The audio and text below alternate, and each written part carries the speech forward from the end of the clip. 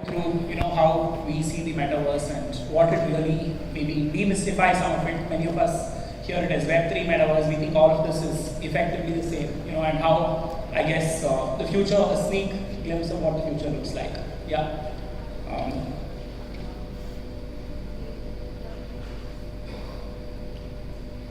I'm not able to go to the next slide.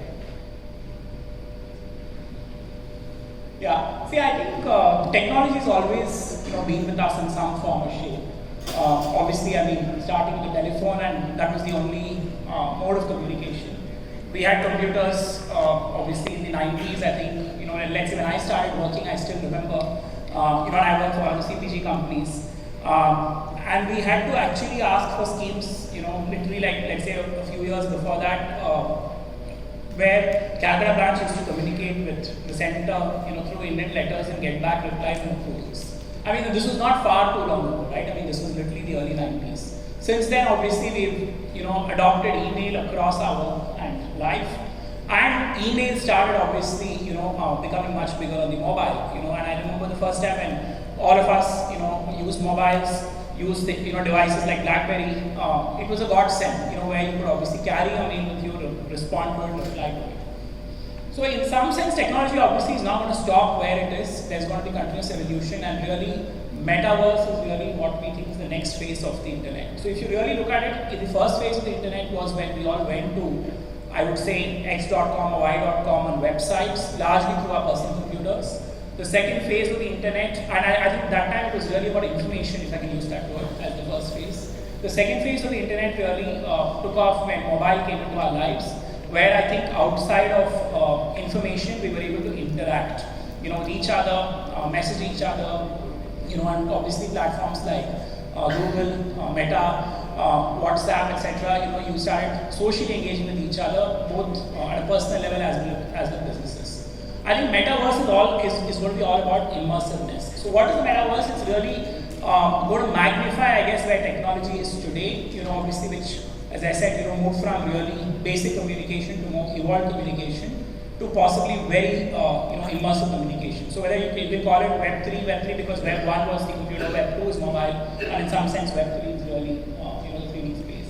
And I think the big difference which we will see with the metaverse is that you will start interacting and engaging with people who are not in this room, but you feel like they're in this room. So you will actually, the lines of technology will start blurring, given that obviously speeds and connectivity are significantly on the upward trend, where you will actually feel presence. And I think that's going to be the significant difference, in Web3 or the metaverse. And obviously it's going to change, everything we know today. And I don't think this is about something that will happen tomorrow. And this is like, if you recall again, internet really was, let's say, between early 90s to possibly 2005, 6, 7, and maybe obviously the big shift happened after the iPhone came to the market. So it almost lasted the first, Web 1 or Wave 1 of the internet lasted about 15 to 17 years. Wave 2 again, between 2000, let's say 5 or 7 to 22 is another 15 years. We think this is again going to possibly, last the next 10, 15 years. So this is a decadal transformation. This is not a single year, a single company transformation. And this will require every stakeholder really to, participate in this. This is going to change the entire world and industries. So whether you look at devices will undergo transformation, in terms of how we evolve and use them. Obviously, connectivity, like I spoke about, will have to be, even more seamless and at astonishing speeds, where you can actually feel people, let's say your own loved ones in other parts of the world, you might actually be having dinner together with them, and you feel that you're at the same table. And equally, platforms like us, will have to transform in terms of what these immersive experiences are, because what's good for today's social networks may not be for tomorrow. What's good for today's commerce networks, on where you shop on e-commerce platforms, will not be good tomorrow. And equally, it will, obviously will have a ripple effect on all the people who occupy this ecosystem, be it creators, and partners or developers.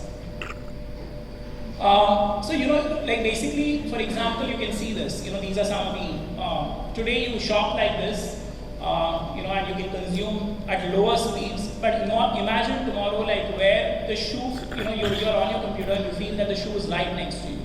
So you almost feel like you're going to be trying on that shoe, before you purchase it. So these are the kind of possibly innovative experiences that will emerge with this. Similarly, I'm saying, let's say avatars will be the norm. So each of us can obviously choose to be our own forms, or multifaceted personalities might require multifaceted avatars as well. You can occupy different identities in the digital domain, and actually feel like whether you're playing, whether, as I said, you're having dinner, whether you're attending a concert, you can choose to be, with whoever you like in a very, very immersive way. And imagine even tomorrow, Monday meetings that we've all gotten used to, over Zoom, especially during the pandemic, could obviously feel really live and where everyone is present in the room. And technologies, by the way, for example, are evolving also that if, for example, I have let's say Shashi sitting to my left, and if he speaks in the metaverse tomorrow or in the Web3 tomorrow, I will feel my audio sensory perception will actually, of his voice will come through my left ear. So technologies evolve to heighten the feeling of presence that exists compared to what it is today. So as I mentioned, avatars will be very synonymous to how you look, feel, or wear clothes, and what you do with collectibles and belongings. So you can, for example, attend the World Cup virtually in Qatar, actually be sitting in the stadium, let's say watching Brazil beat Croatia yesterday, and actually be dressed in Brazilian apparel, along with possibly all your friends around the world. So I guess these are experiences that are definitely going to come and hit us soon. And therefore, it will also create ripple effects of obviously commerce. So tomorrow, imagine the same, soccer clothing that can be sold virtually, for a price, because obviously that's patented, etc., by the team. So this will create new industries, and obviously new identities as well for people. And these are some of the examples.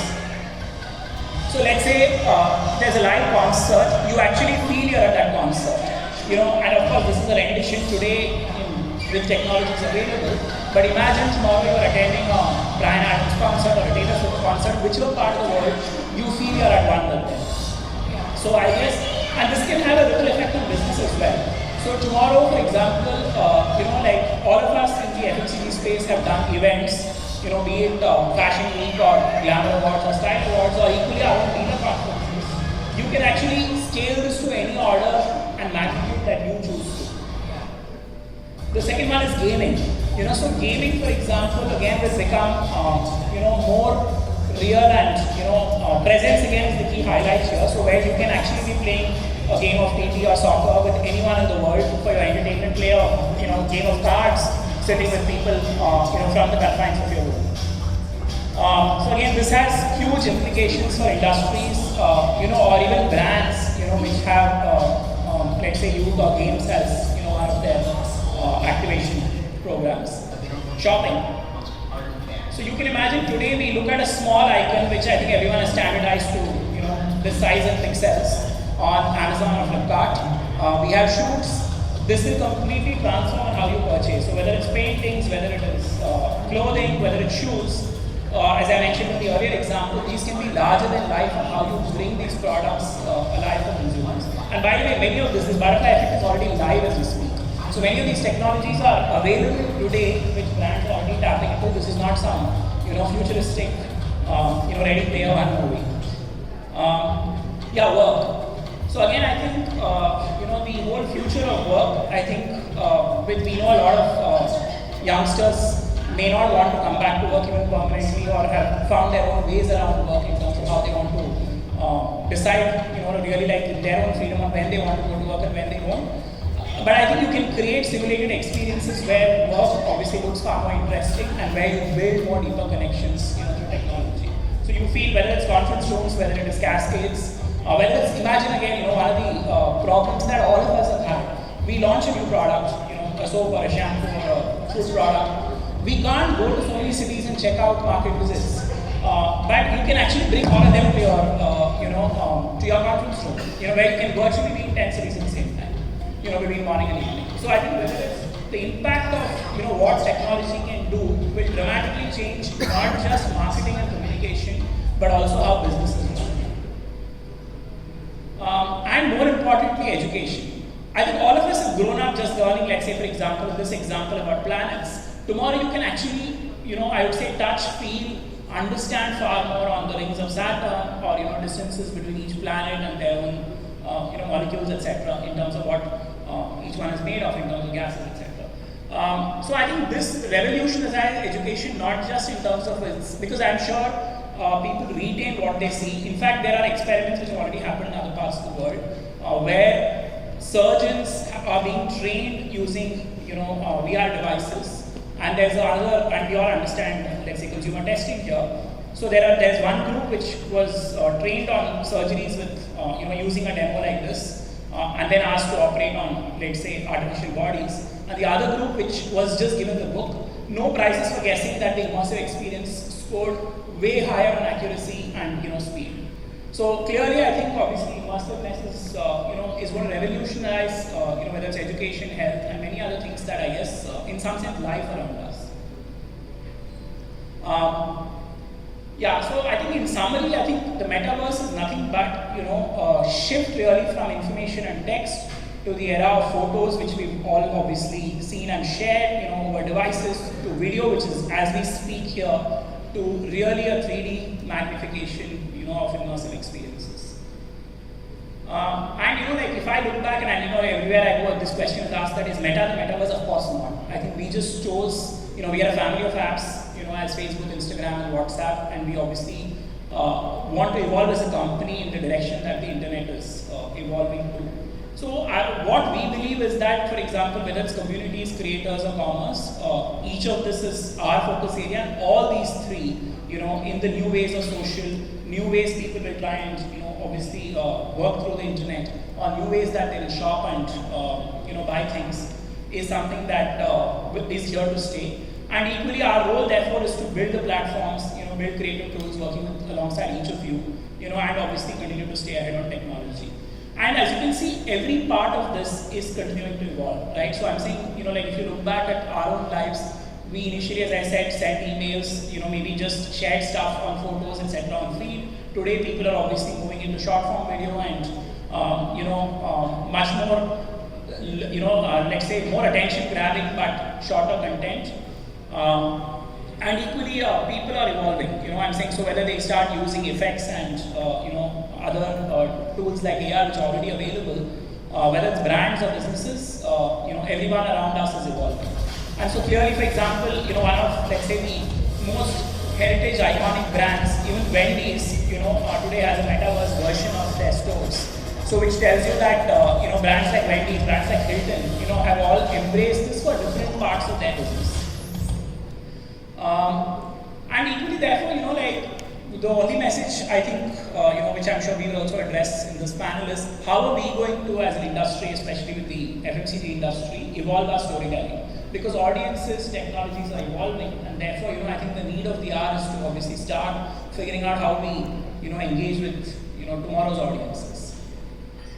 So whether you can see the stats, obviously, are, in billions and zillions right now. So whether it's on Reels, whether it's on AR, consumers are already there, and I think it's up to really us together as the industry on really seeing how can we start leveraging technologies, so that we keep pace with what's happening with the teams out there today. And it's the same on whether it's not just on content, but it's also true on commerce. So you can see that again, statics have started giving way in whether it's even brands like Michael Kors, brands like Marks and Spencer, everyone in India and other parts of the world are evolving. Many businesses, and these are live examples again of businesses that have used, some of these technologies, be it Samsung, be it like Hilton I spoke about, or MG or Michael Kors that you see here, or even a Byju's in this country. People have started embracing AR tools, which are already available before we obviously get into more VR tools to simulate test drives, to simulate what online learning looks like or classroom learning looks like, or even get to live shopping. So I think businesses across India and the rest of the world are already moving in the direction. One of the examples I want to talk about is like, for example, again, from an operations side, not just marketing, a company like Hilton used to take, they used to take at least the average time taken by an intern to learn how to make a perfect room used to be anywhere between 4 and 6 hours. What they did was they actually gathered all the interns in different rooms in Hilton, in different parts of the country, gave them all headsets, and everyone did the work simultaneously and finished it in 20 minutes. So I think, people are obviously evolving on, even internal processes on really making sure that customer experiences or consumer delight is here to stay using technology. And again, to summarize, I think this is not a journey that any one company can do alone. This is the next generation of the internet, or the next version of the internet, which will stay for the next 10 to 15 years. So I think clearly all of us, stakeholders, whether it is businesses, agencies, platforms, have to find a way to co-create this, working alongside to obviously make sure we delight our consumers and shoppers. And obviously, how we partner there together in this journey will, I guess, depend on how we get response from consumers to compete effectively in the market. Yeah, with that, ladies and gentlemen, thank you. Over to you, Samir.